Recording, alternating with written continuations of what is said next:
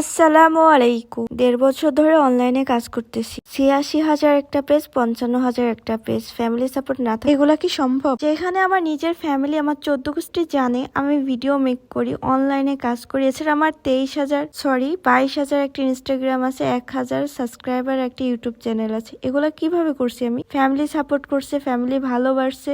যখন যেখানে ভিডিও করতে যায় ফ্যামিলি যায়, তাই এগুলো সম্ভব। তাহলে ফ্যামিলি যদি সাপোর্ট করে, তাহলে বাবার সাথে ভিডিও করতে প্রবলেম কোথায়? কোনো তো প্রবলেম আমি দেখি না। আমি বাবার সাথে ভিডিও করতে পারি, ভিডিও করি। আর এটা খারাপ কিছু না, এটা ভালো কিছু। কিছু মানুষের আমার ভিডিও দেখে জ্বলতেছে, তাদের জ্বলবে, আমার তাতেই চলবে।